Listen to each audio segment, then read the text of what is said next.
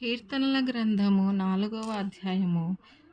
ప్రధాన గాయకునికి తంతి వాద్యములతో పాడదగినది దావీదు కీర్తన. నా నీతికి ఆధారమగు దేవా, నేను మొర్రపెట్టినప్పుడు నాకు ఉత్తరమిమ్ము. ఇరుకులో నాకు విశాలత కలుగజేసిన వాడవు నీవే. నన్ను కరుణించి నా ప్రార్థన అంగీకరింపుము. నరులారా, ఎంతకాలము నా గౌరవమును అవమానముగా మార్చెదరు? ఎంతకాలము వ్యర్థమైన దానిని ప్రేమించెదరు? ఎంతకాలము అబద్ధమైన వాటిని వెదకెదరు?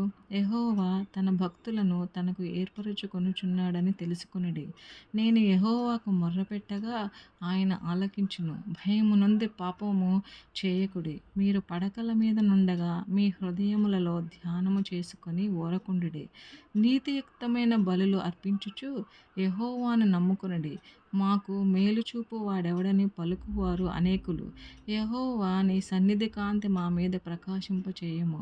వారి ధాన్య ద్రాక్షారసములు విస్తరించిన నాటి సంతోషము కంటే అధికమైన సంతోషము నీవు నా హృదయములో పుట్టించితివి. యెహోవా, నెమ్మదితో పండుకొని నిద్రపోవుదును. నేను ఒంటరిగా నుండినను నీవే నన్ను సురక్షితముగా నివసింపచేయుదువు.